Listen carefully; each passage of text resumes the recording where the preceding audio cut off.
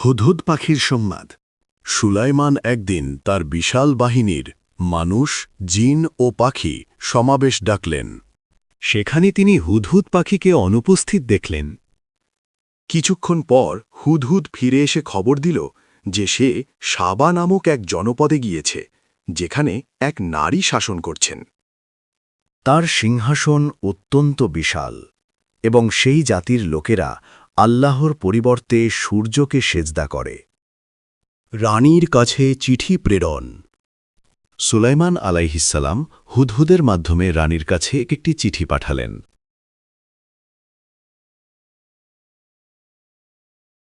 বিসমিল্লাহির রহমানির রহিম। পরম করুণাময় দয়ালু আল্লাহর নামে। তোমরা আমার অবাধ্য হইও না এবং আত্মসমর্পণকারী মুসলিম হয়ে আমার কাছে এসো। রানীর উপঢৌকন ও সুলাইমান আহের প্রত্যাখ্যান।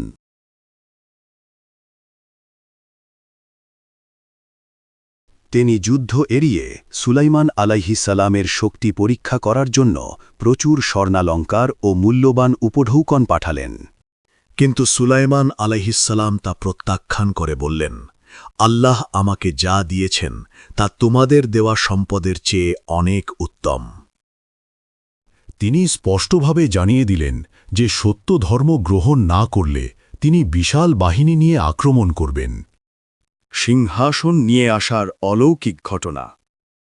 রানী বিলকিস যখন সুলাইমান আলাইহিসসালামের সাথে সাক্ষাতের জন্য রওনা হলেন, তখন সুলাইমান আলাইহিসসালাম তার সভাসদদের জিজ্ঞেস করলেন, রানী আসার আগেই কে তার সিংহাসনটি এখানে নিয়ে আসতে পারবে? এক শক্তিশালী জিন বলল, আপনি সভা শেষ করে ওঠার আগেই আমি তা নিয়ে আসব। কিন্তু যার কাছে কিতাবের জ্ঞান ছিল, আসাফ বিন বারখিয়া, তিনি বললেন, আপনার চোখের পলক ফেলার আগেই আমি তা এনে দিচ্ছি। মুহূর্তের মধ্যেই সেই বিশাল সিংহাসন সুলাইমান আলাইহিসসালামের সামনে হাজির হল। সুলাইমান আল্লাহর শকর আদায় করলেন। রানীর প্রাসাদে প্রবেশ ও ইসলাম গ্রহণ। সুলাইমান আলাইহি রানীর সিংহাসনটির অবয়ব কিছুটা পরিবর্তন করে দিলেন, যাতে রানী তা চিনতে পারেন কিনা পরীক্ষা করা যায়। রানী এসে সিংহাসনটি দেখে বিস্মিত হলেন এবং বললেন, এটি তো ঠিক আমার সিংহাসনের মতোই। এরপর রানীকে সুলাইমান আলাইহিসসালামের বিশেষ প্রাসাদে নিয়ে যাওয়া হল, যার মেঝে ছিল স্বচ্ছ কাচের আর তার নিচে ছিল প্রবাহমান পানি। রানী যখন প্রবেশ করতে গেলেন, তখন পানির ভয়ে তিনি তার কাপড় কিছুটা উপরে তুললেন। সুলাইমান আলাইহি হেসে বললেন, এটি পানির কোনো গভীর জলাশয় নয়, বরং কাঁচ দিয়ে তৈরি মসৃণ মেঝে। সুলাইমান আলাইহের এই নজিরবিহীন রাজত্ব, প্রজ্ঞা এবং অলৌকিক নিদর্শন দেখে রানী বিলকিস অভিভূত হলেন। তিনি বুঝতে পারলেন তার পূর্বপুরুষদের সূর্যপূজা ছিল চরম ভুল।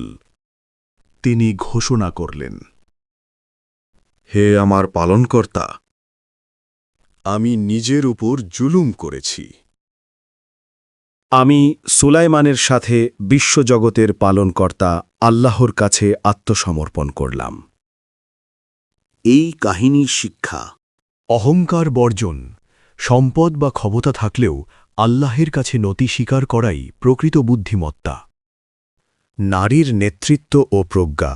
রানী বিলকিস অত্যন্ত ধৈর্য ও বুদ্ধির সাথে পরিস্থিতি সামলেছিলেন। আল্লাহর ক্ষমতা। মুহূর্তের মধ্যে সিংহাসন নিয়ে আসা আল্লাহর কুদরতের একটি বিশেষ নিদর্শন।